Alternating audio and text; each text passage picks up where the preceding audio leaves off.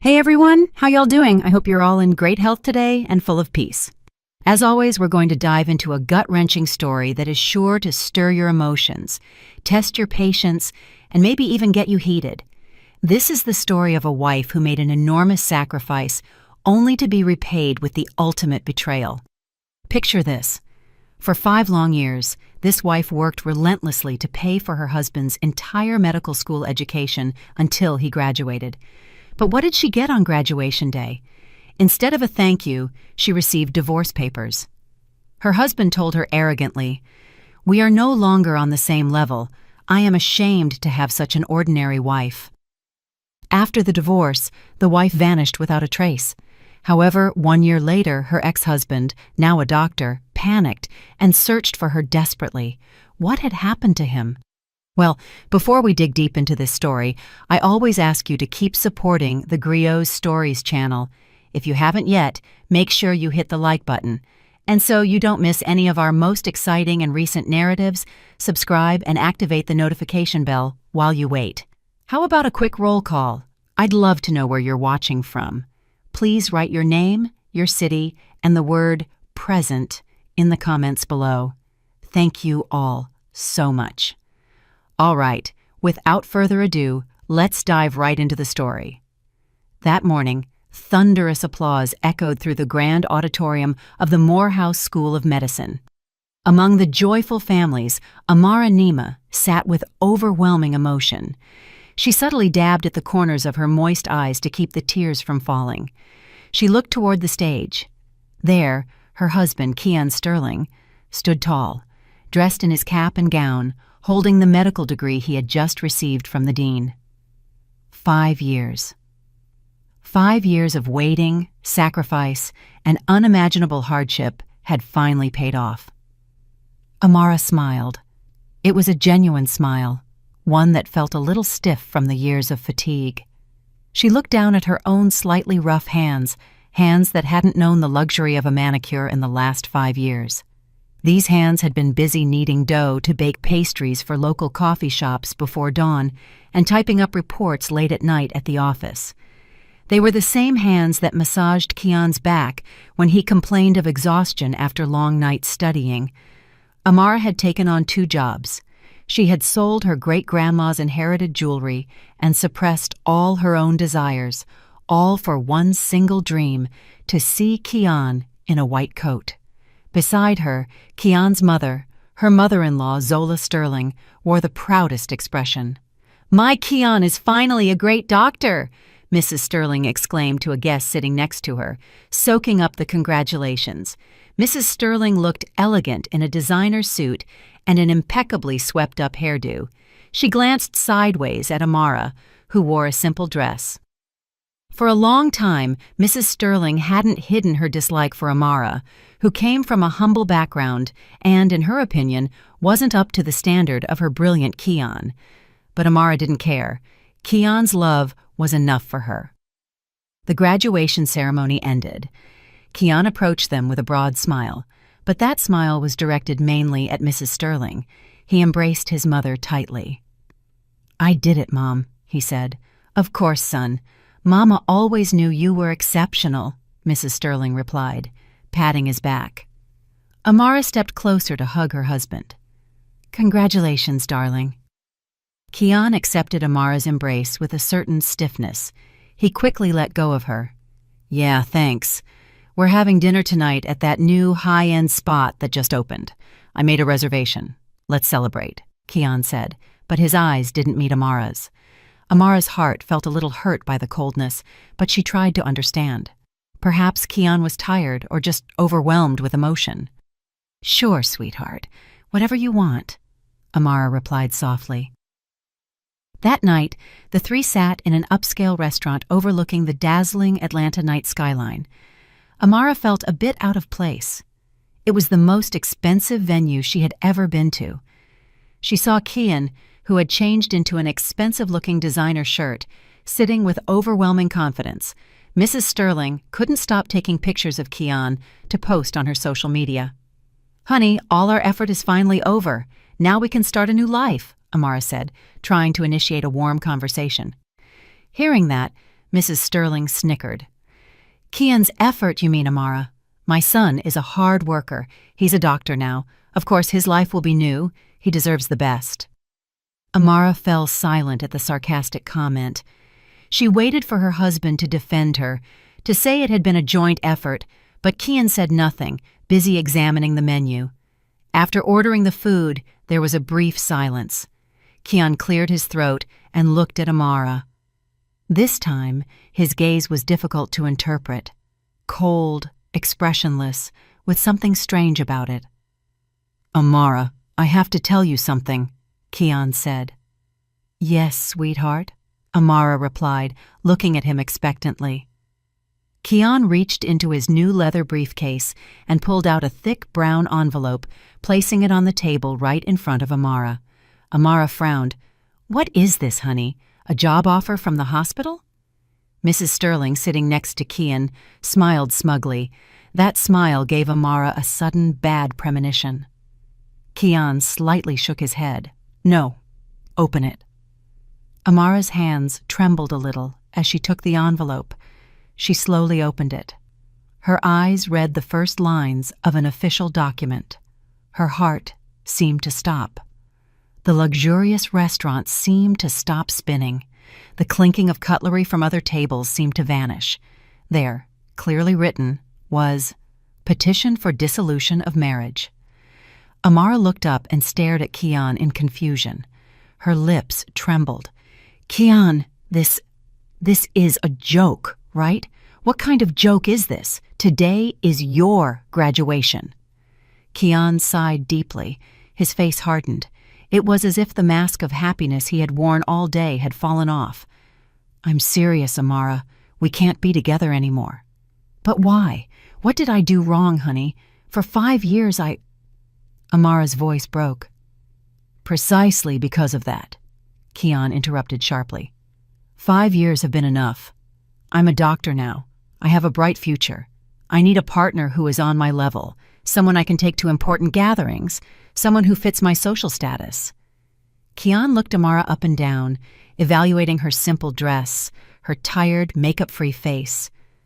Amara, we are no longer on the same level. Kian uttered that sentence so lightly, as if Amara's 5 years of sacrifice meant nothing. I am ashamed to have such an ordinary wife. It was like lightning on a clear day. Amara's head spun. Those insulting words were spoken by the man for whom she had been the breadwinner, the nurse, and the supporter of his dreams. Mrs. Sterling added in a triumphant voice, Did you hear that, Amara? Kian has other standards now. You should have known your place from the beginning. It's better you two separate now before you become a burden and embarrass him among the medical community. Consider the money you earned as a charitable donation. The tears Amara had been holding back finally burst forth. Not a single drop, but an uncontrollable torrent. The pain, the humiliation, and the betrayal shattered her heart. She looked at Kian, searching for some vestige of the man who once loved her, but all she found was an arrogant stranger. She looked at Mrs. Sterling, who was smiling with satisfaction. Amara bit her lip hard to suppress a sob that wanted to escape. She wouldn't give them the satisfaction of seeing her break down in public. With violently trembling hands, she crumpled the divorce notification. The word charity that Mrs. Sterling had spat out was like pouring gasoline on the embers of Amara's heart. Something inside her broke, but it didn't shatter. The moment it broke, it transformed into cold, sharp steel. The tears instantly ceased. She slowly lifted her head and looked at the two people in front of her. Her gaze, once bewildered and full of pain, was now cold, expressionless, and unreadable. She roughly wiped the remaining tears from her cheeks. It was no longer the soft gesture of a desperate person, but the firm movement of someone who had made a decision.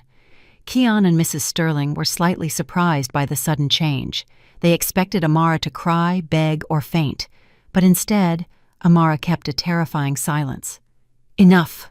That single word came from Amara's lips. Her voice was hoarse from holding back tears, but it was very loud and emphatic. Mrs. Sterling, I said enough, Amara repeated, now looking directly into her mother-in-law's eyes, who was starting to look bewildered. You told me to know my place. You said my sacrifices were just charity. You said I was a burden." Amara let out a small, cynical laugh, a laugh more chilling than a hysterical cry. That laugh made Kian uncomfortable. "Did you think I would stand by while you trampled and humiliated me like this?" Amara turned to Kian, who now looked a little tense and bewildered. "And you, Mr. Kian," the way she emphasized the Mr. sounded like mockery. "You say you've become a doctor. You say that degree is yours. You are very wrong." Amara slowly rose from her chair. Her movements were calm, but charged with contained fury. Her hand, the same one that had just crumpled the divorce papers, now pointed directly at Kian's face, which was starting to pale. "That degree is mine too!" Amara's voice suddenly rose an octave. It startled Kian and Mrs. Sterling, and even caused patrons at the next table to turn and look. Amara didn't care. "Every dollar that led you to that graduation is my sweat!" Amara shouted. Her voice trembled with repressed emotion. "Every thick textbook you bought was food I took from my own mouth. Every night you slept comfortably before an exam, I was awake until dawn prepping bakery orders. You," Amara jabbed Kian's chest with her index finger, "you only borrowed my body, my energy, and my whole life for the last 5 years to buy that degree." Her chest rose and fell, her breathing ragged as she contained the anger that reached her very soul. "You said, I'm not on your level." Amara laughed again, this time louder. "You're right, I'm really not on your level." She alternated her piercing gaze between Kian and Mrs. Sterling. "I will never be on the level of a coward who betrays his wife on his graduation day. And I will never be on the level of a mother who proudly supports her son's betrayal just for social status." Amara picked up her simple shoulder bag that was on the chair. "And remember this, both of you." Amara emphasized every word. "You will regret this." Wounded in his pride as a new doctor and furious at being called out in public, Kian stood up. His face was red with shame and anger. "Amara, sit down. Don't cause a scene. What else do you want? Division of assets? We have nothing. Have you forgotten that all your money went into my tuition?" Kian yelled, trying to intimidate Amara into returning to her submissive ways. But Amara instead smiled, a smile so cold it sent a chill down Kian's spine. "Did you think I was that stupid, sweetheart?" Amara pulled out her mobile phone. She no longer cared about the stares of the people around them. "Did you think I hadn't noticed your disgusting behavior for the last 6 months? You started hiding your phone every time I passed by. You started coming home late with the excuse of group projects, even though your clothes smelled like another woman's perfume. A week ago, I gave up buying new clothes for myself to cover your last tuition payment, and suddenly you had money for a brand new designer watch." Kian gasped. He had no idea Amara had noticed all that. Amara dialed a speed dial number on her phone. "Attorney Washington, hello. I'm sorry to bother you so late." Kian frowned. "Attorney Washington? Who is Attorney Washington?" he asked suspiciously. Mrs. Sterling, who had been arrogant moments before, now looked anxious. Her face tightened. Amara completely ignored Kian, as if the man wasn't even there. "Yes, it's Amara. Our suspicions were correct." For a moment, Amara listened to the voice on the other end of the line. "Yes, counselor, I received the notification tonight, just as I expected. Exactly the scenario you predicted." Kian's heart pounded. Suspicions. Predicted. "Please proceed," Amara continued, her voice eerily calm. "Immediately process all the documents I left at your office last week. Yes, counselor, everything, including the counterclaim for betrayal and material fraud, and most importantly, include the full breakdown of the damage claim for the expenses of education and living support for 5 years. Please send the summons to the address of the hospital where he is starting his residency next week, as soon as possible." Hearing the word damages, Mrs. Sterling jumped out of her chair. Her face was pale. "Counterclaim? What damages, Amara? Don't make things up. Are you crazy? You're trying to blackmail my son!" she cried in a panic. Amara finally hung up the phone, slowly putting her mobile back into her bag. She looked at Mrs. Sterling. "I'm not crazy, ma'am. I'm just claiming my rights. You just said this was an investment. Well, I want my investment back. All of it. I have saved every transfer receipt, every tuition receipt, and even every utility bill I paid for the last 5 years." Amara turned to Kian, who was now paralyzed. His lips were tight. "Did you think I would let you walk away freely to find a new life and a new wife on your level with the degree I bought with my blood and tears? You were dead wrong, sweetheart." Amara picked up the divorce notification that was on the table in front of Kian and Mrs. Sterling. She didn't tear it up. Instead, she folded it carefully and put it in her bag. "This will be excellent additional evidence in court. Thank you. I will not sign your divorce papers," Amara said firmly, "but I will divorce you, and I will make you pay for every drop of my sweat before you can proudly wear that white coat." Without another word, Amara turned, walked out of that luxurious restaurant with a steady stride, leaving Kian and Mrs. Sterling frozen at the table in front of the expensive food they had ordered and hadn't even touched. That night, Amara didn't cry anymore. The burning fury had dried all her tears, leaving only steel determination. Amara's steps as she left the luxurious restaurant were light, but her footprints seemed to burn on the cold marble floor. She didn't cry. A dense fury had frozen her tears. She walked quickly towards the lobby, ignoring the stares of the restaurant staff, who watched her strangely. Her, who had entered as part of a trio, and now left alone with a flushed face. She immediately flagged down a passing taxi and gave the address of Nia Adebayo's, her only friend's studio in the city. During the ride, Amara sat motionless. The city lights, which should have been witnesses to her happy celebration, now seemed like a painful mockery. Kian's arrogant face and Mrs. Sterling's cunning smile kept appearing before her eyes. "We are no longer on the same level." That phrase continued to resonate in her ears like a rusty nail. She gripped the phone in her hand. Attorney Washington's contact was saved there. She wouldn't let this humiliation be the end of everything. It would be the beginning. Nia opened the door to her modest studio with a sleepy look, but her eyes widened in surprise when she saw Amara at her door. "Amara, what are you doing here at this hour? Shouldn't you be celebrating Kian's graduation?" Amara didn't answer. She walked in, and as soon as the door closed, her legs gave way. She leaned against the wall. "He asked me for a divorce, Nia," Amara said in a quiet, hoarse voice. "What?" Nia jumped up in surprise. "You're kidding! No way!" "In the restaurant, the very night of his graduation," Amara repeated, and her voice started to tremble again. Nia immediately hugged her friend. In Nia's arms, Amara's armor collapsed. But it wasn't a cry of desperation. It was a cry of boiling fury. She told her everything. Mrs. Sterling's insults, Kian's arrogance, and the divorce petition. "That miserable parasite," Nia cursed, clenching her fists. "And that mother-in-law. Is she a person or a demon? I told you from the start, Amara. They just used you." "I know." Amara pulled away from the hug and dried her tears. "I've already called a lawyer, Attorney Washington." Nia was stunned. "A lawyer? Since when?" "For 6 months, Amara paused.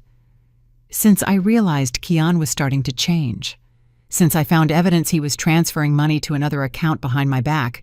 I just needed the final proof, and tonight he gave it to me." A few weeks later, the atmosphere in the mediation room at family court was very cold and tense. Amara, dressed in a simple but neat dress, sat upright. Her face was calm and expressionless. Beside her, Attorney Washington, a middle-aged man with a calm but sharp appearance, organized a thick file on the table. Across from them, Kian and Mrs. Sterling sat nervously. Kian, who was about to start his residency at a prestigious hospital, looked haggard. Mrs. Sterling kept whispering in his ear with a pale face. Attorney Washington's summons, which detailed the counterclaim and the damage claim for $500,000, had completely ruined their celebration mood. The mediator began the session, but before Keon or his newly hired lawyer could speak, Attorney Washington intervened directly. "Thank you for your time. My client, Ms. Amara Nima, is here today to respond to Mr. Keon Sterling's divorce petition. However, we reject that petition." Keon looked up. "What do you mean, you reject it, Amara?"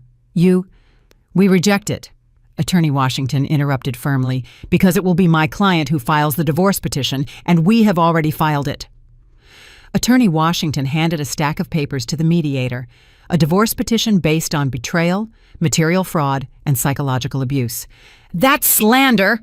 Mrs. Sterling shrieked. "Don't make things up!" Attorney Washington ignored her.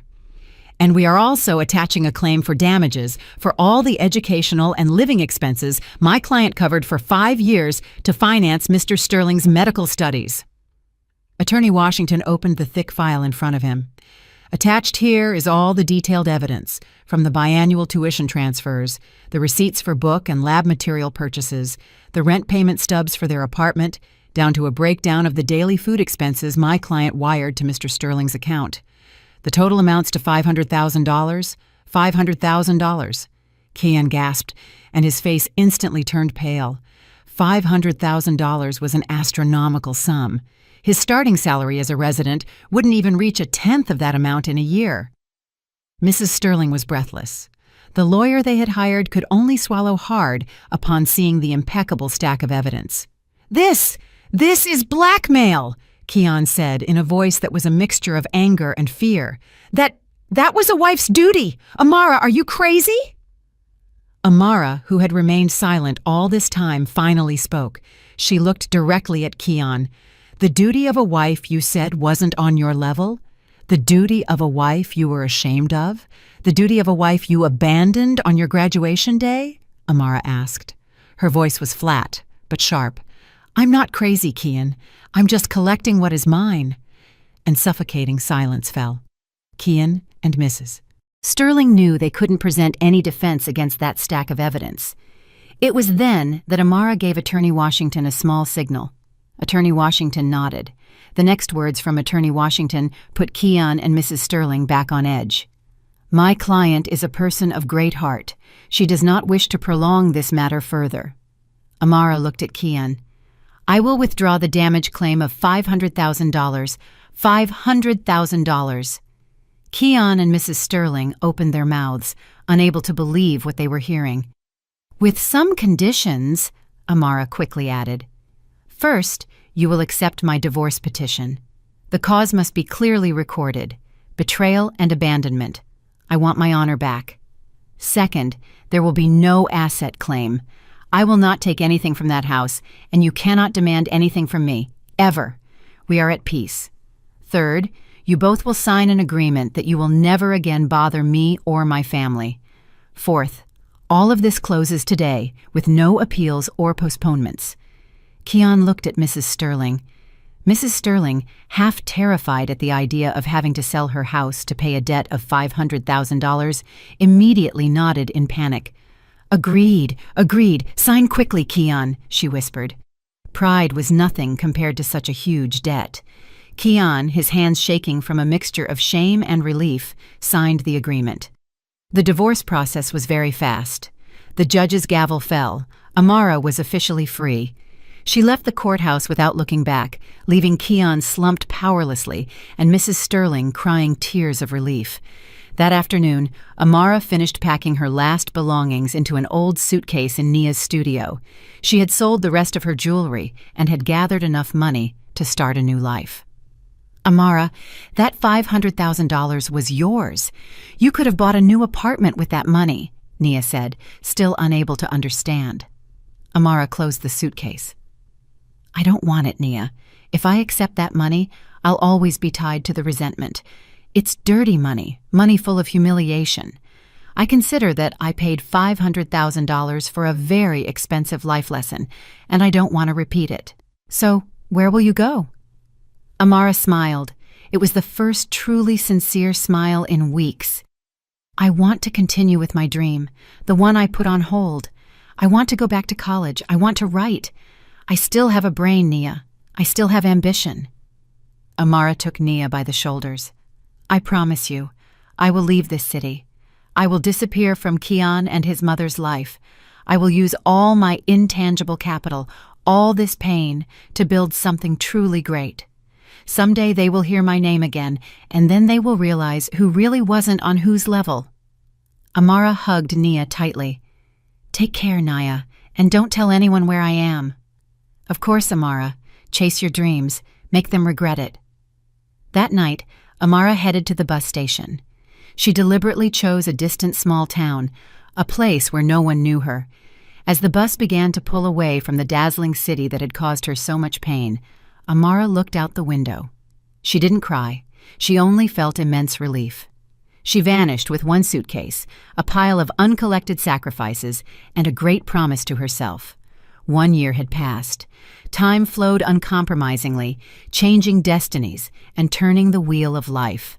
On the 15th floor of the most prestigious private hospital in Atlanta, a young man walked with a firm and confident stride. His white doctor's coat was impeccably ironed. An expensive stethoscope hung from his neck, not just as a tool, but as a status symbol. The name badge on his chest clearly read, Dr. Kian Sterling. He was the new surgical ace, intelligent, agile, and despite his young age, already entrusted with several complex operations. His superiors adored him, the young nurses admired him, and his colleagues saw him as a role model. Kian had achieved everything he wanted. His old life with Amara felt like a distant nightmare. He barely remembered his ex-wife's name. If it ever crossed his mind, Kian only considered it a shameful memory, a stepping stone he had to tread to get where he was now. Divorcing Amara was the best decision of my life, he often told himself in front of the mirror in his luxurious penthouse. Amara was a burden, a stone in his shoe, a reminder of his mediocre past. Now he was free, and he celebrated that freedom with luxury. Kian no longer lived in the small rental apartment he had inherited from his father. He and Mrs. Sterling had moved into a lavish penthouse in the city center, where they could enjoy the nightly city views. Of course, the mortgage was choking him, but Kian didn't care. Status was everything. He also traded his old motorcycle for a brand-new black Mercedes-Benz C-Class. He bought the car with 7-year financing at very high interest. His starting salary at the private hospital was high, but not enough for the lifestyle he wanted to project. Every weekend, Kian spent his nights in high-end restaurants, the kind he had used to humiliate Amara. He bought designer watches, clothes, and joined an exclusive golf club. Ostensibly, Dr. Kian Sterling was the perfect picture of success, but behind that facade, a pile of credit card bills began to accumulate. He juggled 5 different credit cards and had applied for several bank loans under the excuse of renovating the penthouse. Kian's arrogance had perfectly rubbed off on Mrs. Sterling. Her status as a doctor's mother had elevated her social position to a level she had never imagined. Mrs. Sterling was now a full member of a social circle of executives and high-ranking officials' wives. Whenever they met, she spoke of nothing but Kian's greatness. Oh, Kian, of course, darling.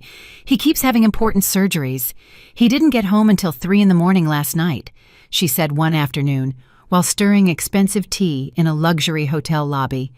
In reality, she knew perfectly well that Kian had arrived at 3 in the morning not because of surgery, but because he had attended a party at an exclusive nightclub.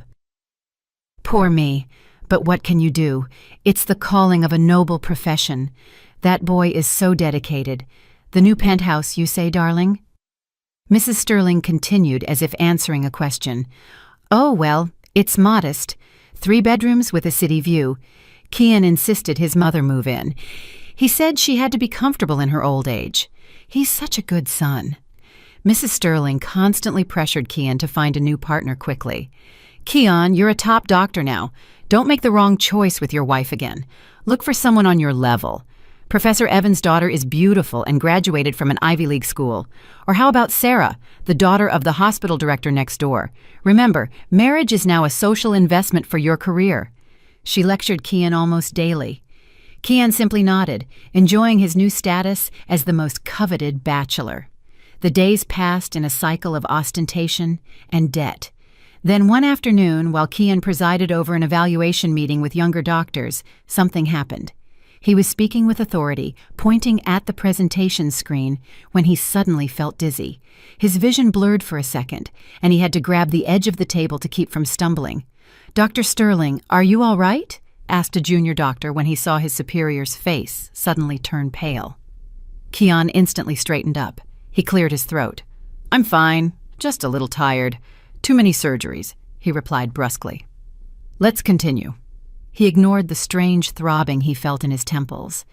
It must be a common migraine, he thought to himself, lack of sleep and too much coffee. But that common migraine started appearing more frequently. A few days later, while having lunch in the hospital cafeteria, still with his arrogant attitude, criticizing the chef's food as subpar, his hand, which was holding the spoon, suddenly trembled slightly. The tremor only lasted a few seconds, but it was enough to make his heart skip a beat. "What is this?" he thought to himself. He clenched his fist under the table, trying to control the shaking. He blamed the air conditioning being too cold. That night, in his luxurious penthouse, the symptom manifested itself more strongly. He had just taken a hot shower and was preparing to go out to a dinner Mrs. Sterling had organized to introduce him to a woman. He was standing in front of a large mirror, adjusting an expensive tie. Suddenly, the world around him seemed to tilt. His head throbbed intensely, as if thousands of needles were piercing it. His vision completely blurred, and a loud ringing echoed in his ears. He staggered backward, hitting the dresser behind him. Expensive perfume bottles fell to the floor. "What? What's happening?" Kian whispered, clutching his head, which felt like it was about to explode. He collapsed onto the floor. He couldn't breathe. A cold sweat drenched his face and shirt. As a doctor, danger alarms sounded in his head. This was not common fatigue or a migraine, but his enormous ego refused to admit it. He couldn't be sick. The great Dr. Kian, at the peak of his career, couldn't be sick. He crawled to the medicine cabinet and pulled out 2 high-dose painkillers. He swallowed them without water. 15 minutes later, the pain slowly subsided. He still felt a residual throbbing, but he looked at the broken mirror on the floor. His face was pale. The phone rang. It was Mrs. Sterling. "Kian, where are you? Sarah and her family are waiting. Don't embarrass your mother." Kian took a deep breath, trying to gather his remaining strength. "Yes, Mom, I'm coming. There's traffic," he lied. He stood up. His body was still trembling slightly. He washed his face and fixed his hair again. He looked at the pile of credit card bills and car loan receipts on his desk. Suddenly, all that luxury seemed cold and eerie. Fear began to invade his mind, but he pushed it away. "No, I'm fine," he muttered. "I just need to rest. Then everything will return to normal." He grabbed his Mercedes keys and left, with the mask of success and arrogance back in place. The mask of arrogance that Kian had worn for an entire year finally cracked and shattered. A few days after suffering the severe dizziness in his penthouse, the symptom reappeared in the worst place imaginable, at the operating table. He was leading a simple appendectomy, a procedure he could do with his eyes closed. He had scrubbed in, put on sterile gloves, and was about to ask the scrub nurse for the scalpel. Suddenly, his hand trembled. At first, it was a subtle tremor, but within seconds, it turned into a severe shake. The scalpel he had just received almost slipped from his hands. "Doctor," his assistant said cautiously behind his mask. His eyes showed perplexity. Time seemed to stand still in that cold operating room. Kian looked at his own hand, stunned. He couldn't stop it. Cold sweat, drops the size of corn kernels, began to soak his temples. I... He tried to find an excuse. "The size of this glove is wrong. Change it," he whispered. But when he tried to remove the glove, the tremor became even more evident. The assistant and nurses exchanged glances. Kian, the star surgeon known for his steady hands, was now shaking like a person freezing cold. Dr. Sterling, are you sure you're okay? The assistant asked again. Now there was concern in his voice. I said I'm fine, Kian snapped, but he knew he couldn't continue. Take over, he ordered his assistant in a strained voice. I suddenly feel ill. Heartburn. He threw the scalpel onto the instrument tray and hastily left the operating room, leaving a big question mark on his entire team. He ripped off his mask and surgical cap in the hallway and leaned against the wall. He was breathless. This was no longer fatigue. It wasn't a migraine. It was something that was going to destroy his career, his pride, his future. Everything depended on the firmness of that hand, and that hand had just betrayed him. He arranged a secret meeting outside working hours. He scheduled an appointment for 9 o'clock at night, long after consultation hours. He swallowed all his pride and went to the office of the chief of neurology, Dr. Avery. Dr. Avery, a calm, brilliant, and dedicated veteran doctor, the type of physician Kian considered old-fashioned and unstylish. Ironically, Kian's fate was now in Dr. Avery's hands. Kian, what's wrong? Dr. Avery asked calmly, looking at Kian, who entered the room like a thief. Dr. Sterling had left his coat in the car. He had come as an ordinary patient. I'm experiencing strange symptoms. My hands tremble and my vision often blurs. Dr. Avery listened carefully. His face remained calm. He performed a series of basic neurological tests on Kian. Lie down there. Follow this light. Close your eyes. Relax. Every command was like a slap to Kian. The great doctor was now an obedient patient.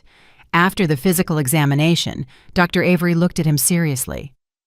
We need to do an MRI of your brain and spinal cord first thing in the morning. Immediately the next day, Kian underwent a series of tests with a mixture of fear and denial. He waited for the results in his office, pacing like a caged lion. Mrs. Sterling called him several times, complaining about why Kian wasn't taking her to dinner at the luxury hotel. What good is your mother's life like this if I have a successful doctor son, Kian? I'm busy, Mom, Kian shouted and hung up. His phone rang again. This time, it was Dr. Avery. The results were ready. Kian, can you come to my office now? Kian's heart sank. With heavy steps, he went to Dr. Avery's office. The veteran doctor was already waiting for him. The results of Kian's MRI were displayed on the large computer screen behind his desk. Dr. Avery did not mince words. Kian, sit down. Dr. Avery looked at the screen. Look at this. He pointed to several abnormal white spots on Kian's spinal cord and optic nerve. This is not a tumor or a stroke. Then what is it? Kian whispered, his voice trembling.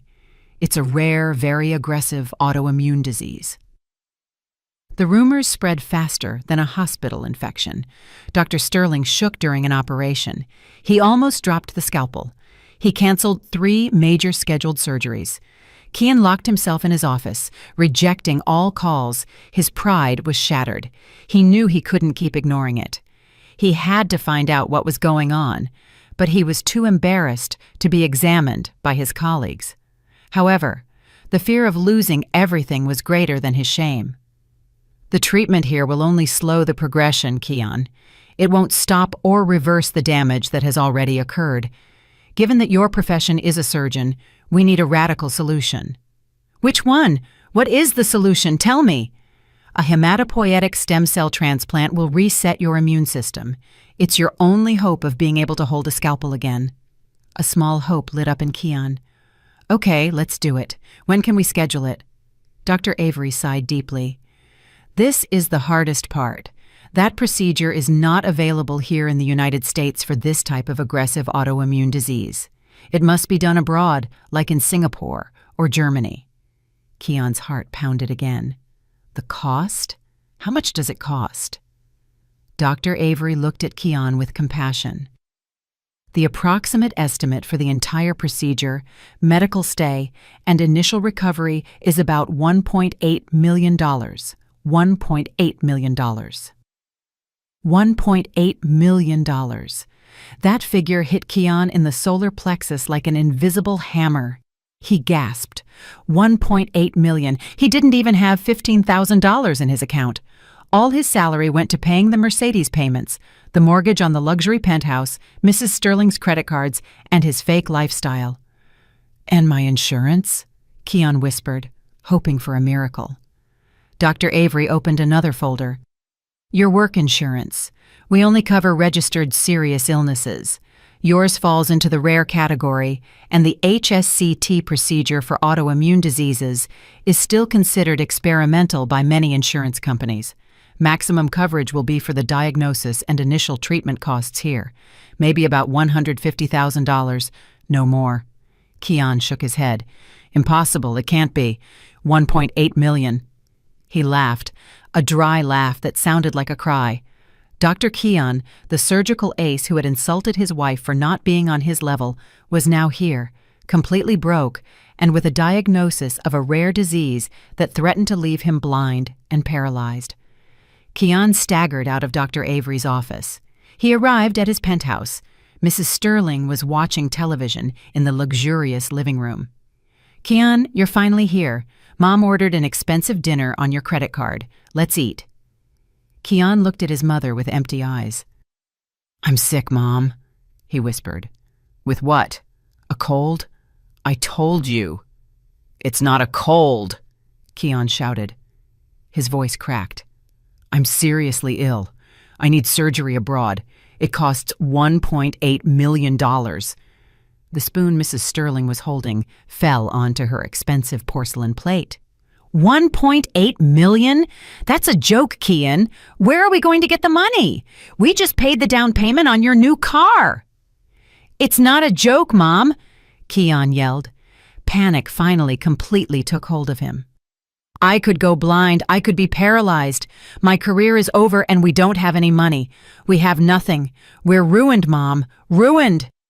That night, in the luxurious penthouse with decades of mortgage ahead, the arrogant Dr. Keon finally cried like a child, not for his illness, but for the realization that he didn't have a single dollar to save his life and his pride. The panic was a silent room. Keon and Mrs. Sterling were now trapped in it. Keon's cry, "We're ruined," echoed in their luxurious penthouse, bounced off the imported marble walls and expensive furniture yet to be paid for, and then hit them again with a deafening silence. Mrs. Sterling, with a pale face, was the first to break that silence, but it was not with a lament of compassion for her son. "No, it can't be," Mrs. Sterling whispered, her voice trembling. She didn't look at Keon, who was sitting powerlessly on the floor. She looked around at the expensive abstract painting on the wall, the crystal chandelier, the 80-inch flat-screen television. "We can't be ruined, Keon. This penthouse, your car, Mom's handbags, all this."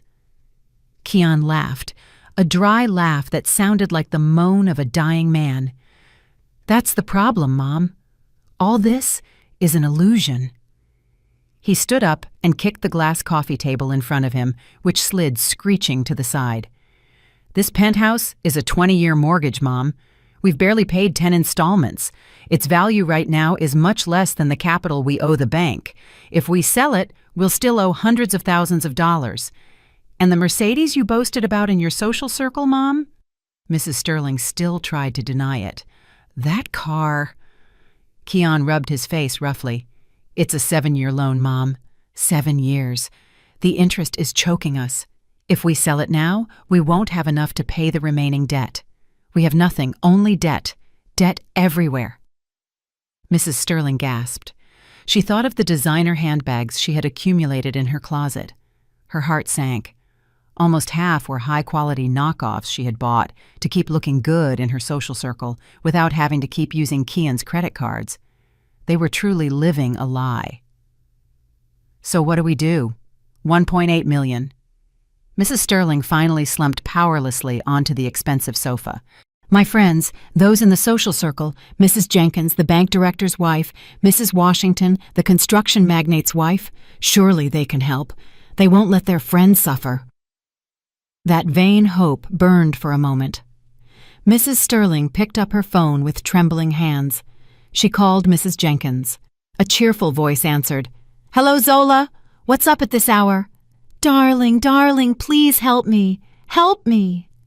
Mrs. Sterling instantly burst into hysterical tears. "It's Kian.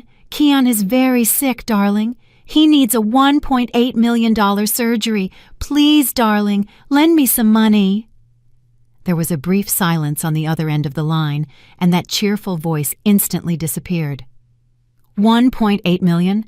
Oh my goodness, Zola, that's too much. Oh, I'm sorry, Zola. My husband is in an important meeting abroad and I can't bother him, and I'm very busy preparing for a charity event. I'll call you later, Zola. Click. She hung up. Mrs. Sterling was stunned. She tried calling again. Busy signal. She called Mrs. Washington. The call was rejected. She called again. Rejected again. She called Mrs. Thompson. The answer was the same. "Oh, Zola, we also need funds for a renovation right now. It's a bad time." All the friends in the social circle who had praised her were now avoiding her like the plague. Mrs. Sterling threw her phone onto the sofa. "They're all liars. They're mean." Kian looked at his mother with disgust. "Now you realize they are only your friends when you have something to show off, just like my friends." Now it was Kian's turn. He couldn't depend on his mother. He had to act on his own, but his pride as a great doctor forbade him to beg. He tried calling some medical colleagues he considered close. "Hello, Marcus. Sorry to bother you so late." Kian called his surgeon colleague, Marcus Vidal. "Oh, Dr. Sterling, what's up? What's going on?" Kian swallowed. "Look, Marcus, a really good real estate investment opportunity has come up for me abroad. I urgently need liquidity, between $500,000 and $1 million. Do you have anything?" A snicker was heard on the other end of the line. "Wow, Dr. Sterling is playing in the big leagues of investment now. I give up, doctor. With your new Mercedes and new penthouse, you're much better at making money." "Sorry, doctor. I just paid the down payment on my son's house, so I'm broke. Good luck with the investment." Click. He hung up. Kian let out a choked moan. Everyone thought he was rich. What irony. The arrogance he had built for a year had become a boomerang that now prevented him from receiving help. He tried calling 2 other doctors. The response was similar. "Sorry, doctor. I don't have any money right now." Desperate, Kian swallowed the last remnants of his pride. He arranged an appointment with the hospital director. He had to confess his illness. Perhaps the hospital could grant an emergency loan to its best employee. In the director's cold office, Kian explained his situation without drama, only with medical facts. The director listened with deep compassion. "Dr. Sterling, I'm very sorry. This is very shocking news. Of course, we will help you get the maximum out of your insurance." "But, Director, the insurance only covers $150,000. I need $1.8 million, Kian pleaded. His arrogant attitude had completely disappeared. "Couldn't the hospital grant me a loan? I don't care if they deduct it from my salary for 10 or 20 years. The director slowly shook his head. "Dr. Sterling, we are a medical institution, not a bank. We cannot allocate such a large sum for a personal loan to an employee, not even for you. Our regulations are strict. The maximum we can do is support you with the $150,000 from the insurance. For the rest, I suggest you try to use your personal assets, your car, your penthouse." The blow was stronger than Dr. Avery's diagnosis. Assets. Assets again. Kian left the director's office with trembling legs. He was officially at a dead end, with no friends, no colleagues, no institutions, no assets. He was alone. The following days were hell. Kian was forced to request medical leave. The hospital management approved it very quickly. Too quickly, as if they were relieved to get rid of a doctor with hand problems. The rumors started spreading uncontrollably. Kian's symptoms worsened. That morning he woke up, and the edge of his left visual field was slightly blurry, as if a thin veil covered it. The disease was not waiting. He sat in the living room of his dark, luxurious penthouse. The expensive curtains were drawn. Mrs. Sterling was locked in her room. Crying or sleeping, Kian didn't care. He looked at the phone in his hand. His contact list was so full, but he felt so empty. He began to delete names. Mrs. Jenkins, blocked. Marcus Vidal, flatterer. Sarah, gold digger. He deleted dozens of names. His phone screen now only had essential names. family from his hometown who had no money. And then his finger stopped at the N. Nia Adebayo. The name stayed there. Nia, Amara's friend, the only person who might know where Amara was. His ordinary ex-wife, whom he had abandoned for not being on his level. Extreme shame burned Keon's face. Contacting Nia was the most low-down option. It was the most complete admission of defeat. It was proof that he had completely failed. But on the other hand, Amara was the only person in this world who had given him everything without conditions. He remembered Amara's last words in the restaurant. "You will regret this." The regret was here now, not as a simple feeling of guilt, but as a concrete, suffocating regret in the form of a verdict of blindness and paralysis. He looked at Nia's name on the screen. His hand trembled violently from illness and desperation. He had to do it. He had no other choice. The courage Keon had boasted, the one he had used to humiliate Amara and as a shield of arrogance in the hospital, was now the size of a speck of dust. He stared at Nia's name on his mobile screen for almost an hour. His hand, now with a more severe and hard-to-control tremor, rose and fell several times to press the call button. Each time he tried to press, he seemed to hear Mrs. Sterling's cynical laugh and his own arrogant voice in his ears again. "We are no longer on the same level." The shame burned his throat like stomach acid. Contacting Nia was raising the white flag. It was admitting that Amara, the ordinary woman he had abandoned, was his last hope. As he hesitated, his left eye throbbed again. The blurry shadow at the edge seemed to grow denser. The fear of blindness was much sharper than the shame. He inhaled sharply, abandoning his pride. He pressed the call button. It rang once, twice, 3 times. Just when Keon thought Nia wouldn't answer, the call connected. There was no hello, just a chilling silence. "Oh, hello?" Keon said, his voice hoarse. "Hello, Nia."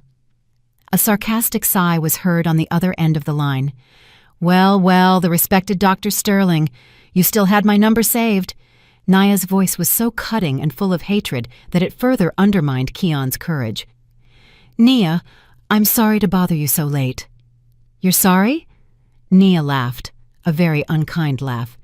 "It's been over a year since you dumped my friend like trash, and now you call me to say you're sorry? Don't you think it's a little late?" "No, it's not that." Keon rubbed his sweaty face. "I just wanted to ask how Amara was." Nia's laughter instantly ceased. After a moment of silence, a very dangerous voice was heard. "You asked about Amara? After a year of not caring if she was dead or alive? Now you're seriously asking? Is your doctor's brain still working?" "Nia, please," Keon pleaded. His arrogance had completely disappeared, replaced by palpable desperation. "I really need to talk to her. It's a matter of life or death." "Life or death?" Nia scoffed. "Life or death?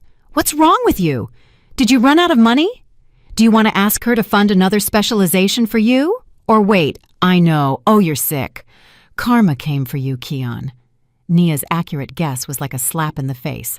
Keon was silent, unable to refute. "I knew it!" Nia shouted. Her voice rose. "You're in trouble, aren't you? I knew it.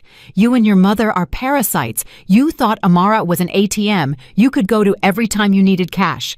Isn't that right, Keon?" "Nia, please listen to me." Keon was starting to panic. "I don't want to hear anything." Nia cut him off. "Listen to me well, Keon. Amara is happy. She has rebuilt her life from the foundations you destroyed. She has forgotten about parasites like you and your mother. Don't you dare bother her again, and don't contact me again." Click. The call cut off. Keon stared at his mobile screen, stunned. Nia, wait!" He tried to call back. Her number was immediately busy. Nia had blocked him. Keon threw his phone onto the sofa again. Defeated, he paced back and forth in his dark living room, desperate. Nia was his only way, and that way had just closed. Mrs. Sterling came out of her room with a swollen face. "What happened, Keon? Did you get a loan?" "Shut up, Mom!" Keon snapped. "This is all your fault, too. If you hadn't pressured me, maybe Amara would have still forgiven me." "Why is it my fault? You wanted it. You said you were ashamed," Mrs. Sterling retorted. Their argument was useless. Keon returned to his phone. He couldn't call, but he could send a message. With hands shaking violently from a combination of illness and desperation, he typed a brief message. "Nia, I know you hate me. I deserve it. But please, this is life or death. I need Amara's contact. I'm sick. I have nowhere else to turn. I will pay her back.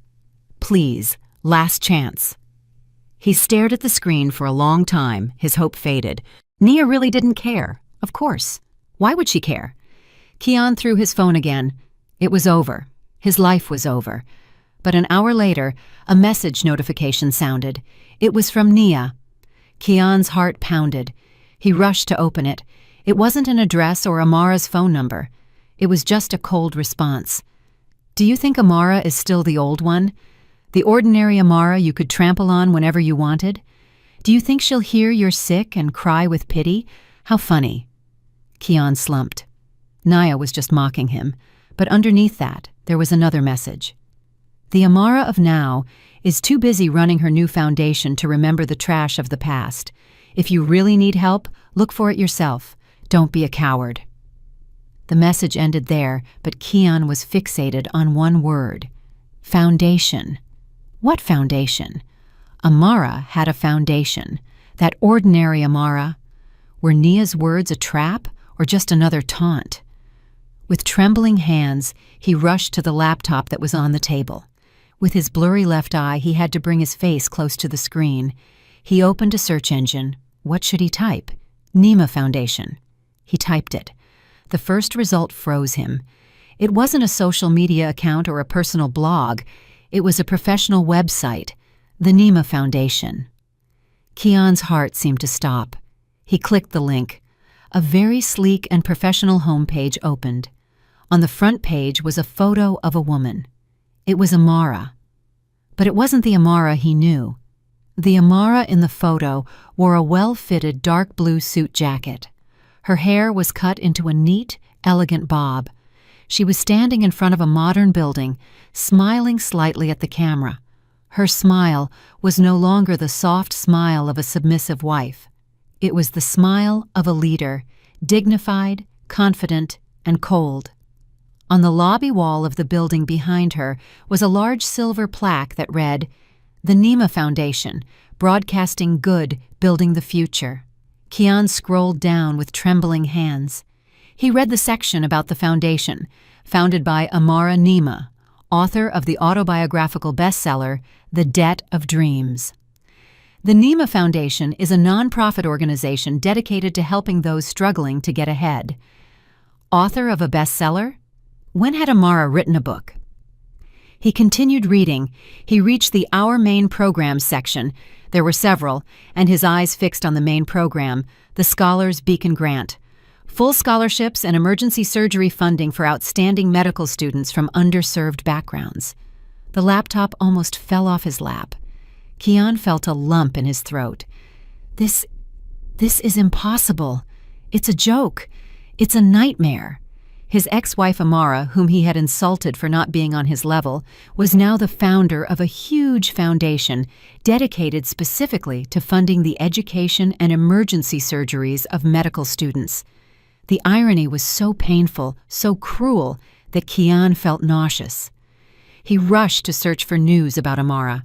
He found dozens of articles, interviews in business magazines, interviews on morning television shows. Amara's face was everywhere. Amara Nima, turning pain into real action. With millions of dollars from book royalties, the Nima Foundation is poised to shape generations of new doctors. Keon looked at the laptop screen and then at the pile of debt collection letters on his desk. He clutched his left eye, which was starting to ache. Nia was right. The Amara of now was not the Amara of before. She was someone who was out of his league. She was the person who held the key to all his problems, and she was the person he had hurt the most in this world. The laptop screen remained lit, projecting a cold blue light into the dark penthouse living room. Amara's face, smiling with dignity from the Nema Foundation website, was a stronger slap than Dr. Avery's diagnosis. Keon didn't sleep all night. He just sat, paralyzed. In one hand, he held the MRI results. The other trembled uncontrollably. His left eye now felt very uncomfortable. His field of vision was narrowing. The disease was not giving him time to think. The irony of the situation was too cruel, too perfect. The woman he had abandoned for not being on his level was now the only person in this world dedicated specifically to helping cases like his. In her room, Mrs. Sterling was no longer crying. She was simply silent. The shock she had experienced was so great that she could no longer process reality. Her social circle had stopped inviting her. Her additional credit cards had been blocked by the bank. She was now trapped, just like Keon. Keon knew he had no other option: shame, pride, arrogance. All that meant nothing if he went blind and paralyzed. He had to go see Amara. He had to shed the last remnant of his pride. The first problem arose: cash. He didn't have $1. All his credit cards were maxed out. He looked at his Mercedes keys on the table. Useless. The finance company had the papers. He glanced at the luxury watch on his wrist. It was the only asset he owned, and he had also bought it in installments on his credit card. He took it off. "Damn it," he whispered. He put on a jacket to cover his pajamas and rushed out. He headed to a pawn shop near the market, a place he would have once looked at with disdain. Yes, Dr. Sterling had to wait in line with people pawning fake gold jewelry. The luxury watch was appraised at a very low price. He was only left with enough for a round-trip city bus fare to the Foundation's address and one meal. He chose the cheapest option: the city bus.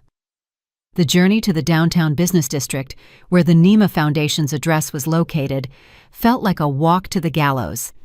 Accustomed to arrogantly driving his Mercedes, he was now sitting in the back seat of a small car that smelled of cheap air freshener.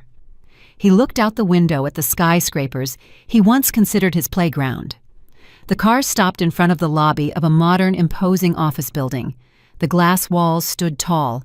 The marble lobby shone through the elegant revolving doors. A huge silver plaque sparkled in the morning sun: the Nema Foundation. Keon paid the taxi with the money he had left. He stood trembling on the sidewalk. This is real. It wasn't just a website, it was a small empire. He straightened his wrinkled jacket. He felt like a beggar. With heavy steps, he pushed through the glass doors. The Foundation's lobby was very different from what he had imagined. It wasn't like a small, shabby NGO office. The place looked more like a five-star hotel lobby, bustling, professional, and full of positive energy. Several young people in neat uniforms, probably scholarship recipients, walked quickly with stacks of documents. The walls were decorated with large photographs. Amara shaking hands with the president of a university. Amara inaugurating a rural clinic. Amara smiling, surrounded by admiring medical students. Keon's heart sank. All this. Amara had built all this from the pain he had caused her. He cautiously approached the reception desk, made of expensive, solid mahogany wood. A friendly young woman immediately smiled at him. "Good morning, sir. How may I help you? Do you have an appointment?" A lump formed in Keon's throat. The receptionist smiled, a professional smile that now felt like a steel shield. "I'm very sorry, sir. Without a prior appointment, I cannot interrupt her meetings. If you wish to leave a message or—" "I told you it's a life or death emergency!" Keon shouted. His voice became desperate. His hands began to tremble violently, and he had to hide them in his jacket pockets. Several people in the lobby began to turn around. The receptionist looked a little nervous. Her hand almost reached for the phone to call security. "What is all this commotion?" A calm, deep, and very familiar voice was heard from the direction of a private elevator in a corner of the lobby. Keon froze. He recognized that voice. He turned around slowly. There, standing tall, in an expensive, perfectly tailored gray suit, was Attorney Silas Washington, Amara's lawyer. His face remained calm, but the gaze behind his expensive glasses was now much sharper. He no longer seemed like a small lawyer defending an oppressed wife. He looked like a high-level corporate legal advisor. Attorney Washington looked at Keon. There was no surprise on his face, only cold observation. He approached. "Mr. Sterling, I didn't expect us to meet again, especially not here." Keon swallowed. His shame was now mixed with fear. "Attorney Washington, do you still remember me?" Attorney Washington smiled slightly.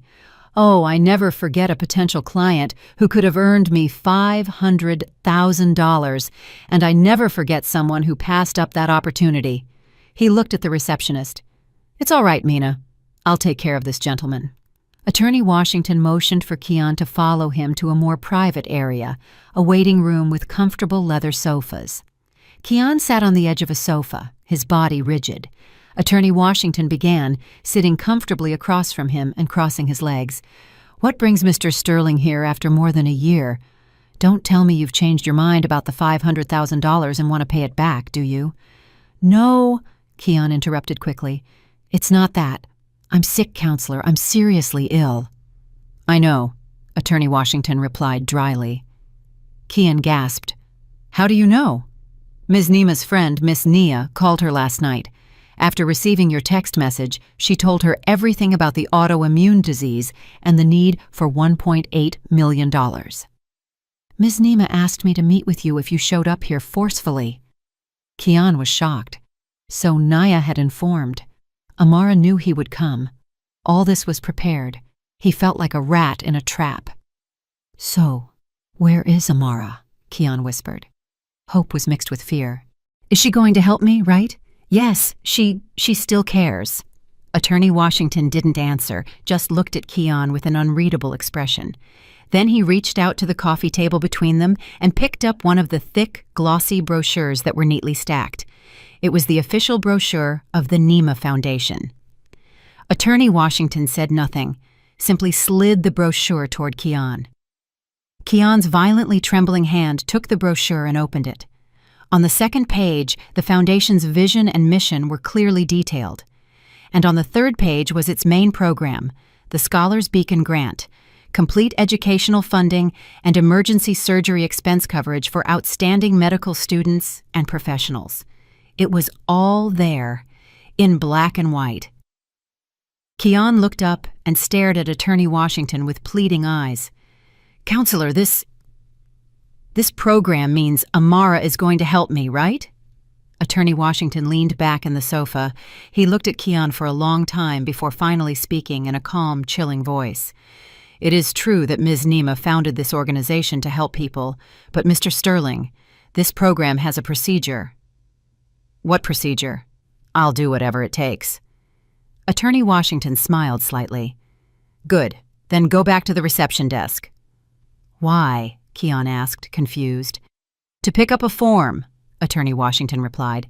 "The application form for medical aid beneficiaries. You will need to fill it out completely. Attach a certificate of social assistance, beneficiary issued by your local social services agency, a statement of your debts, the official diagnosis from Dr. Avery, and of course a letter of recommendation. Then our team will review whether you meet the requirements." Keon froze. Certificate of Social Assistance Beneficiary. Dr. Keon having to go to a municipal office to ask for a certificate of poverty. "Mr. Sterling," Attorney Washington continued, "you are not here as an ex-husband seeking compassion. You are here, Mr. Sterling, as an applicant, a supplicant, like dozens of other applicants. Now go and pick up the form." Keon stumbled out of the Nima Foundation's grand lobby. His body felt light and heavy at the same time, as if his soul had escaped. In his hand, he held a brochure and a few sheets of an application form that felt heavier than Dr. Avery's verdict. Application form for medical aid beneficiary. Certificate of Social Assistance Beneficiary issued by the local social services agency. Those words danced before his increasingly blurry eyes. Yes, Dr. Keon, whose photo had appeared in the hospital's internal health magazine, now had to beg for a certificate of poverty at a municipal office. It was a level of humiliation he had never imagined.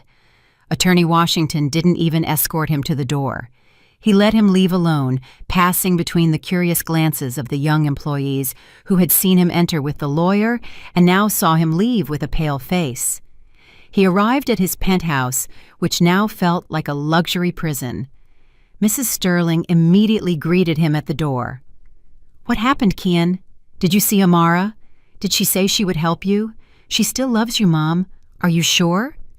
Kian didn't answer. He walked directly to the dining room table and threw the application form onto the marble table. "Read it," he whispered. Mrs. Sterling picked up the papers. Her eyes widened as she read the title of the form. "What is this? Why do you have to fill out a form? She's your ex-wife." Then her eyes fell on the list of requirements. Attach certificate of social assistance beneficiary issued by the local social services agency. Mrs. Sterling's voice sharpened. "Amara is crazy. She wants to humiliate us. She wants to make us beg." "She succeeded, Mom," Kian yelled. His voice cracked. He punched the wall next to him, but his fist trembled so much that it felt weak. "She managed to turn me into a beggar. Do you think I have another option, huh? Do you want me to go blind? Do you want to push my wheelchair in this penthouse that the bank will foreclose on next month?" Mrs. Sterling was silent. Her face was pale. Reality hit her mercilessly. "Grab your bag, Mom," Kian ordered coldly. "We're going to the social services office right now." "But Kian, I'm embarrassed," Mrs. Sterling wailed. "What are you more ashamed of? Going to the social services office, or having the debt collectors come and throw you out of this penthouse in front of all your social circle friends?" Mrs. Sterling couldn't argue. With a trembling body, she got dressed. She deliberately put on large sunglasses and a face mask, hoping no one would recognize her. The trip to the social services office was the most humiliating of their lives. They couldn't drive their Mercedes, whose taxes were overdue. They had to take a city bus that dropped them right at the peeling door of the municipal office.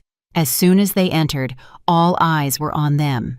Employees busily typing, other citizens queuing for aid. They were a sharply contrasting sight. Mrs. Sterling with her hidden knockoff handbag, and Kian, the young doctor with a familiar face, now sitting in a cracked orange plastic waiting chair. "Hey, isn't that Dr. Sterling from the Heights?" whispered one employee to his colleague. "Yeah. What's he doing here?" "This is the social assistance window." Kian simply lowered his head, clenching his trembling hands on his knees. Mrs. Sterling pretended to be busy with her phone, although the screen was off. When their turn came, Kian approached the window with heavy steps. "Good morning, sir. How may I help you?" "I want to apply for a certificate of social assistance beneficiary," Kian said in an almost inaudible voice. The employee looked up in surprise. "Excuse me, sir. For whom?" "For me, Kian Sterling." The employee looked him up and down. "You're Dr. Sterling, the one from the Heights, right? Excuse me, but you don't look like it." "I'm sick," Kian shouted. His voice rose. "I'm seriously ill. I need a $1.8 million surgery. I don't work anymore. I'm ruined. I have no money. Just give me the form." The entire office fell silent. All eyes were on Kian. Mrs. Sterling wanted to faint right there. This humiliation was worse than death. After a process that felt like an eternity, filled with looks of suspicion and sharp whispers, that precious piece of paper finally was in Kian's hands. Certificate of Social Assistance Beneficiary. The municipal office stamp felt like a red-hot mark burning his palm. That night, Kian couldn't sleep. He sat at his desk under a dim reading lamp, filling out page by page the NEMA Foundation application form. Applicant name, Kian Sterling. Profession, inactive surgeon. He reached the debt status section. He wrote everything one by one, swallowing his pride with every movement of the pen, the Sterling Heights penthouse. Mortgage, $1 million. Mercedes C-Class vehicle loan, $225,000. Bank, a credit card, $25,000. Bank B. Credit card, $25,000. Bank C, personal loan, $15,000. The total reached $1.3 million. In the assets owned section, he wrote one word, none. He attached the Certificate of Social Assistance Beneficiary, copies of all his debt collection letters, and Dr. Avery's diagnosis. It was a perfect dossier of his bankruptcy and his failure. The next morning, he returned to the foundation building. This time, his appearance was even more disheveled. He hadn't shaved, his eyes were red. He handed the thick file to the receptionist, Mina, who received it with the same professional smile. "Yes, sir. I have received the dossier. Our review team will process it. Please wait."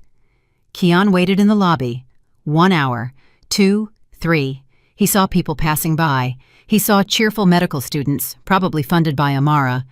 Just when he thought they would tell him to leave, Attorney Washington appeared from the elevator. "Mr. Sterling, Ms. Nima will receive you now." Kian's heart seemed to stop. It was time. He followed Attorney Washington like a lamb to the slaughter. They went up in the private elevator to the penthouse floor, the highest one. The elevator doors opened directly to a very spacious office. The walls were glass, offering a 180-degree view of the city. In the center of the room, behind a huge, neat mahogany desk, Amara was sitting. Kian held his breath. The Amara he saw now was not the one in the photos. She was much more imposing. Her hair was pulled back in a neat, modern bun. She wore an elegant emerald silk blouse. Her face was subtly but firmly made up. She was reading something on her computer screen. She didn't look up immediately when Kian and Attorney Washington entered. "Ms. Nima, Mr. Sterling is here," Attorney Washington said softly. Amara finished reading, then slowly lifted her head. Her eyes were what had changed the most. Before, they were full of love and adoration. Now they were cold, calm, and sharp, like those of a bird of prey. There was no love or hatred, only calculation. "Mr. Sterling, please sit down," Amara said. Her voice was flat. Not Kian, but Mr. Sterling. Kian sat in a stiff chair across from Amara's desk. He felt like an accused man. Attorney Washington stood silently in a corner of the room. "We have reviewed your application," Amara began. Her voice was as calm as if she were talking about the weather. She picked up the MRI he had submitted. "The diagnosis of an aggressive and progressive autoimmune disease from Dr. Avery. Need for funds of $1.8 million. We have verified it with the Singapore hospital. The amount is correct." Amara turned to the next page. "And your debt status, a total of $1.3 million. Very impressive. You managed to squander so much money in just 1 year." Kian blushed with shame. Amara. Kian couldn't bear it anymore. He had to beg. "Amara, I was wrong. I was blind. Amara, I was arrogant. Amara slightly raised her hand, palm toward Kian, a small gesture with immense power that instantly silenced Kian. "Mr. Sterling," she said, her voice still flat, "I am not interested in your apologies. That is your personal matter and has no value in this business proposal." "Business?" Kian opened his mouth. "Of course. This foundation is a legal entity. $1.8 million is a very large investment to save a life. My team must review whether the asset to be saved is worth that cost." Kian felt stabbed. Asset. She considers me an asset. "Of course. You are a trained surgeon. You have a skill. It would be a shame for you to go blind or paralyzed." Amara looked at him steadily. "But you have a very poor track record in managing investments provided by others." That sentence hit Kian right in the heart. Amara was referring to the cost of his 5 years of tuition. Kian lowered his head. He was completely defeated. "Then, Amara, what is your decision? Are you going to reject me?" Amara leaned back in her chair. She looked at Kian for a long time. The silence in the room was very heavy. "No, your application has been approved." Kian let out a gasp. Tears of relief almost flowed. "Amara, thank you. Thank you. I promise I'm not finished yet," Amara cut him off. Her voice was still icy. "The foundation will cover the entirety of the $1.8 million for your surgery in Singapore." "Oh, God, thank you, Amara, thank you." And, Amara continued as if Kian hadn't spoken, the foundation will also take over all your consumer debt, the $1.3 million. Kian was speechless. "What, Amara? You're going to pay my car payments? My penthouse mortgage?" "Correct. I do not want your assets to be bothered by collectors while you recover." Kian couldn't believe it. This was more than he expected. "Amara, I don't know what to say." "Say nothing, because this is not a gift," Amara said. "It is not charity or compassion." Amara stood up and walked to the large window, looking at the city below. "It is a grant, an employment contract." Kian tensed up. Employment contract? Amara turned around, her eyes fixed on Kian's. There was no trace of love in them, only pure business. "The Nima Foundation will invest a total of $3.1 million in you. After you fully recover, and you will recover, you will no longer be the arrogant, free Dr. Sterling. You will be an asset owned by the Nima Foundation." Kian looked at Amara in disbelief. An asset owned by the foundation? Exactly. Amara sat back down in her chair, as if closing a routine business deal. She gestured to Attorney Washington. Attorney Washington stepped forward and placed a thick black leather folder on the desk in front of Kian. "Read it, Mr. Sterling," Attorney Washington said. "That is your employment contract." Kian's trembling hand opened the folder. Inside were not one, but dozens of sheets of dense legal contracts, including a debt assignment agreement and a dedication contract. Amara began to explain. Her voice was flat and emotionless, as if reading a financial report. "First, the foundation will settle the entirety of your $3.1 million in debt within 24 hours. $1.8 million for your surgery, and $1.3 million to pay off the mortgage, car loan, and all your credit cards." Kian swallowed. "Second, all assets related to those debts, the Sterling Heights penthouse and the Mercedes C-Class vehicle, will be seized by the foundation as collateral. Attorney Washington's team will handle the eviction tomorrow morning. You and your mother have until tonight to pack your bags." Kian gasped. "Eviction? But where will I live?" "Third, the foundation will provide you with basic accommodation for the duration of the contract, a room in our clinic staff residence. Fourth, this contract is binding. You will dedicate your medical career under the auspices of the Nima Foundation, taking into account that the foundation's total investment in you is $3.1 million, and the standard salary for a physician in our clinic is $4,500 per month." Amara picked up a calculator from her desk and typed in silence. "You will be under an exclusive dedication contract with us for 28 years. 28 years. Kian deflated. It was a life sentence. "However," Amara continued as if reading his mind, "if you perform exceptionally well, our foundation has an early release program for assets of excellence. If you can demonstrate exceptional dedication and service in a remote area, your contract could be reviewed." "Remote area?" Kian whispered. "Surely you didn't think I would assign you to a luxury hospital in Atlanta, did you, Mr. Sterling?" Amara smiled slightly. It was the first smile Kian saw, and it was the most terrifying. "You will be assigned to our service clinic in a small town in the Mississippi Delta, an 8-hour drive from the city." Kian bowed his head. He had no other choice. Sign a 28-year contract in a remote town, or go blind, paralyzed, and pursued by collectors in jail. "I'll sign," Kian whispered. "A wise choice," Amara said. She held out an expensive pen to him. Kian took the pen. His hand trembled violently, half from the illness, half because his fate had just been sealed. He signed every page Attorney Washington pointed to. "Good," Amara said, as soon as the last signature was completed. "Attorney Washington will take you to the bank to open a new account in the foundation's name and will prepare your departure for Singapore the day after tomorrow. Work hard, Dr. Sterling." Amara returned to looking at her computer screen, completely ignoring Kian, as if the meeting were over and Kian was no longer in the room. 2 days later, Attorney Washington's team arrived at the Sterling Heights penthouse. Mrs. Sterling, who thought Amara would change her mind and let them stay, cried hysterically, "Amara, you're wicked! How can you do this? This is our home. Where are we going to live?"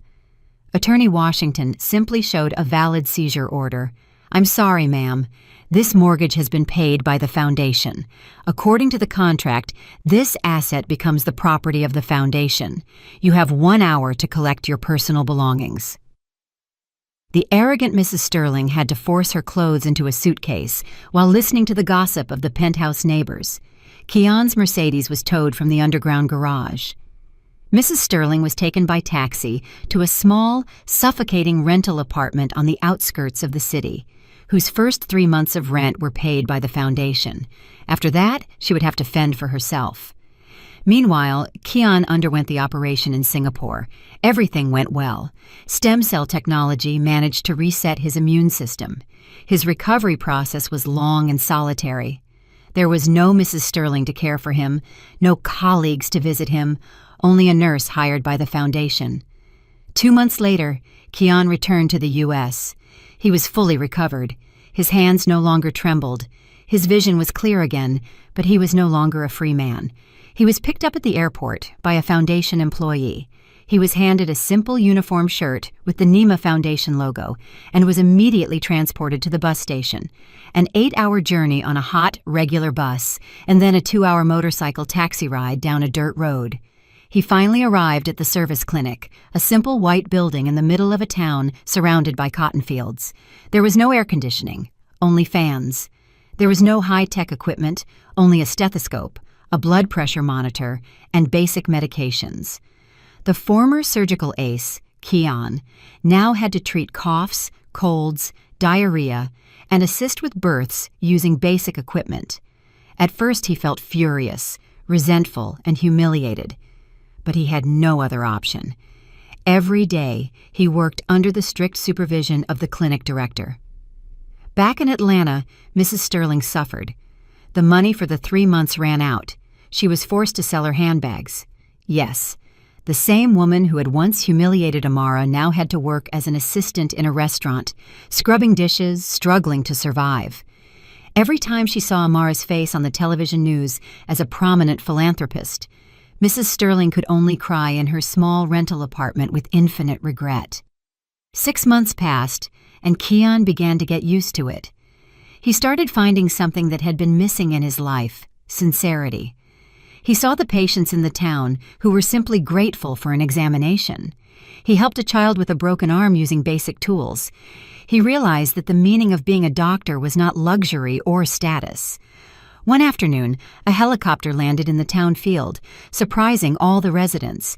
Kian, who was treating a farmer's wound, looked up. Amara stepped out of the helicopter, accompanied by Attorney Washington. She had come for a routine inspection. Amara, dressed in a neat linen shirt, entered the clinic. She saw Kian, who was now slightly tanned by the sun. His uniform shirt was soaked in sweat. Amara did not greet him personally. She checked the medication inventory books and patient records. She stopped in front of Kian, who was comforting a child crying over an injection. Kian's hand, which once trembled from illness and arrogance, was now very firm and gentle as he patted the child's back. Their eyes met for a moment. Kian inclined his head in greeting. "Good morning, Ms. Nima. The daily patient report is on the clinic director's desk." Amara looked at him for a long time. There was no longer anger in her eyes, only the gaze of a leader toward her employee. "Good work, Dr. Sterling. Keep it up.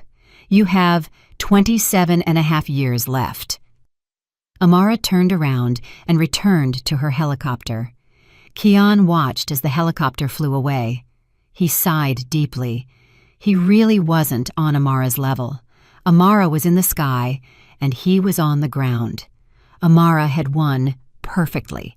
She had not only recovered her money, she had not only taken revenge. She had taken Kian's life, destroyed it, and then rebuilt it into her own version, not as an arrogant husband, but as a dedicated physician. Amara had managed to broadcast good in the most painful and just way possible. A brief lesson. Arrogance is debt with the highest interest. It will be collected when we are least prepared. Sincerity, on the other hand, is an investment. It will often be returned twofold in the most unexpected ways. Did you like the story, and which city are you listening from? Let's meet in the comments. If you liked the story, you can support me by sending a super thanks so I can keep bringing more stories like this. Thank you so much for your sweet support. I'm looking forward to your comments on the story. On the screen, you can see 2 new life stories that I highly recommend. There's so much more on my channel. Don't forget to subscribe. See you in the next life story with love and respect.